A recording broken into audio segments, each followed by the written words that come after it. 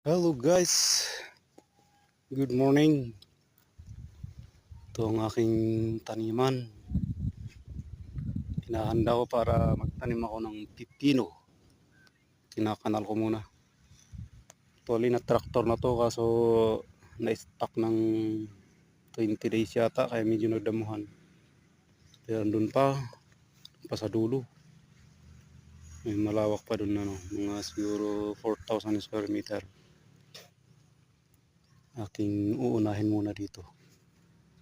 Tatanman ko ng pipino tapos after 15 days sabayan ko ng bell pepper para eksaktong pag na-harvest na yung pipino susunod uli yung bell pepper, kaya abangan nyo.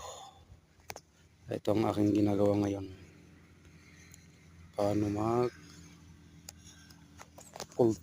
maggawa ng kanal. So ang hirap ng wala akong cameraman.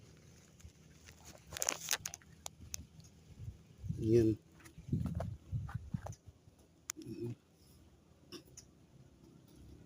Pag ikakanal ko to para pag nagtanim may dadaanan at may daanan ng tubig pag nag-flooding.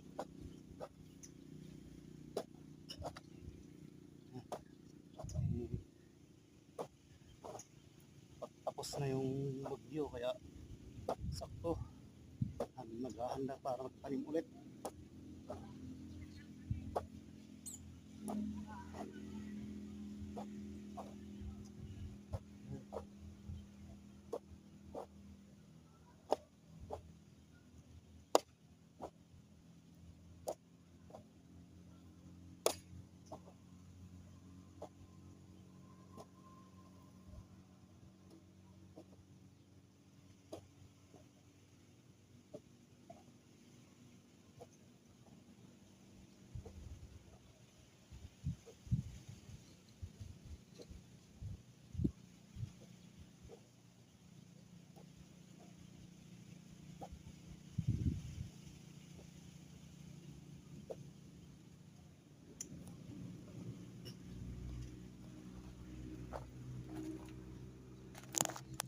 Yan ang paggawa ng kanal dito.